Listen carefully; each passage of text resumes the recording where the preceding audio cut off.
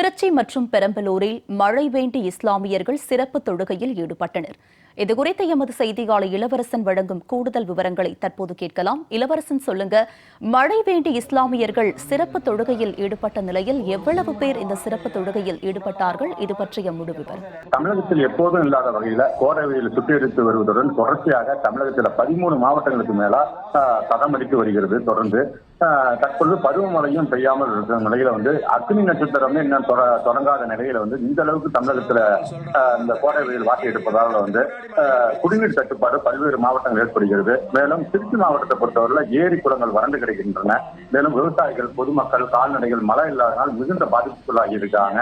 அது மட்டும் இல்லாம தற்போதைய திமுக அரசு மறைந்த மாண்புமிகு அம்மா அவர்கள் கொண்டு வந்த மழைநீர் சேகரிப்பு திட்டத்தை முறையாக பயன்படுத்துவதனால் மிகப்பெரிய ஒரு குடிநீர் தட்டுப்பாடு தற்போது ஏற்பட்டு வருகிறது. இந்த நிலையில மழை வேண்டியும் கோடை வெயிலில் இருந்து மக்களை காக்க வேண்டியும் திருச்சி பாலக்கரையில வட்டார ஜமாஅத்துல் உலமா சபை சார்பில் இந்த திருச்சி மாவட்ட ஜமாஅத்துல் உலமா சபையினுடைய தலைவர் முகமது ரூரல் ரசாதி தலைமையில 500க்கும் மேற்பட்ட இஸ்லாமியர்கள் ஒன்றிணைந்து கண்ணீர் மல்க அவர்கள் மழை வேண்டி பிரார்த்தனையில் ஈடுபட்டு துவா செய்தனர்.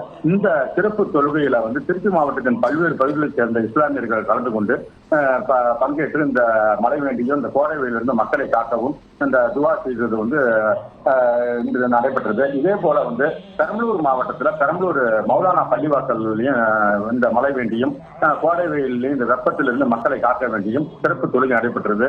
இந்த சிறப்பு தொழுகையில பெரம்பலூர் மாவட்டத்தில் உள்ள அனைத்து பள்ளிவாசல் உள்ள ஜமாத்தார்களும் ஒன்றிணைந்து இந்த மழை வேண்டி இந்த நூற்றுக்கணக்கானோர் இணைந்து இந்த சிறப்பு தொழுகையில் ஈடுபட்டனர். இதே போல பெரம்பலூர் மாவட்டத்தில் லப்பைக்குடிஜாடு, வாலிகிண்டபுரம், குன்னம், வேப்பந்தட்டை, அரும்பாவூர், கடத்தூர் உள்ளிட்ட பல்வேறு பகுதியில் உள்ள பள்ளிவாசல்களிலும் இந்த சிறப்பு தொழுகை இன்று நடைபெற்றது. உமா, உங்களுடைய விரிவான விவரங்களுக்கு நன்றி இளவரசன்.